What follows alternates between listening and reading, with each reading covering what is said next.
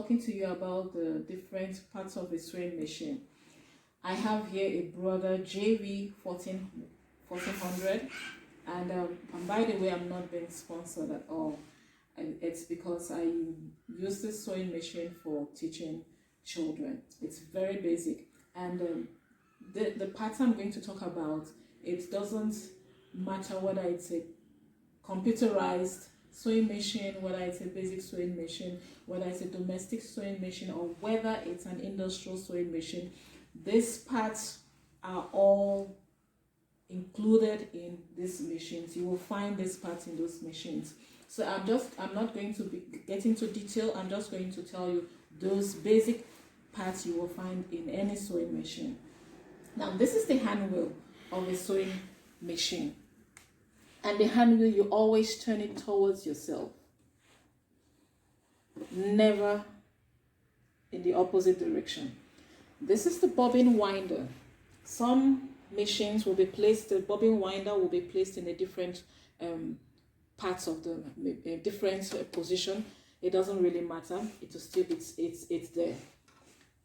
This is the spool pin, where you place the thread, just like I've done now. The thread goes on the spool pin. Now this hole here is for an extra spool pin in case you want to sew on a knit fabric or a stretch fabric, whether it's a two-way stretch fabric or a four-way stretch fabric, and then you need to use a double needle.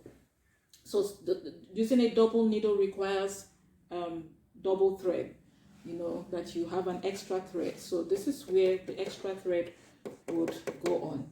And most newer models of sewing machine usually have instructions of how to wind a bobbin. It's usually on the top of the machine, so you have all the instructions. You can see in this particular one, it says number 1, it has number 2, 3, 4. It shows you how to wind a bobbin. And if you're having issues on winding the bobbin, you can find instructions online on YouTube videos, or you check your manual, or you go to wherever you bought your sewing machine. They should be able to help you, or you attend a sewing class. Now this is the thread guide. This is a thread guide. This is okay. I'm going to show you the thread take up lever, but it's you can only see it properly when you wind the hand wheel towards yourself. So as I'm winding it up, you see the needle goes up, and you can see the thread take up lever. This is a thread take up lever. Okay. Now this is the pattern. This is the pattern selection dial. And this pattern selection dial, it shows you all the patterns in this particular, what this particular sewing machine can do. So if you leave it on number 11, which is the straight stitch, you will sew a straight stitch. So whatever stitch you want to sew, you turn your dial to that particular stitch, and that will be sewn. Now this is the upper tension control dial. It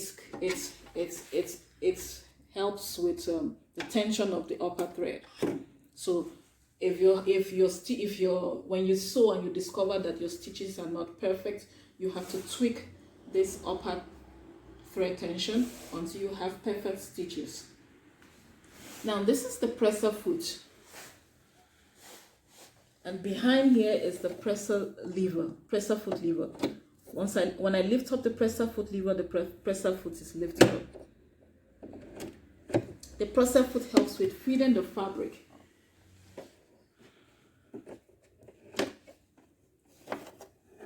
Normally, I put a scrap of fabric after sewing on the sewing machine to prevent it from dust accumulating and damaging the machine. So it's a good tip. Always leave a scrap of fabric after you're done sewing and put down the presser foot. Okay. Now this is the flat bed. This is the bed of the sewing machine. Every sewing machine has a bed, where you can comfortably do your sewing, place your fabric, and sew comfortably. And some sewing machines come with an accessory compartment, and this one has an accessory compartment, and this is it. As you can see, I've opened it up, and then it has extra bobbins, a buttonhole attachment, foot, you know, all of that. This is the reverse sewing lever. This is the reverse. This is the main power and sewing light. This is the sewing light switch. This is the main power, where you attach your foot pedal, which is the one below, the foot pedal.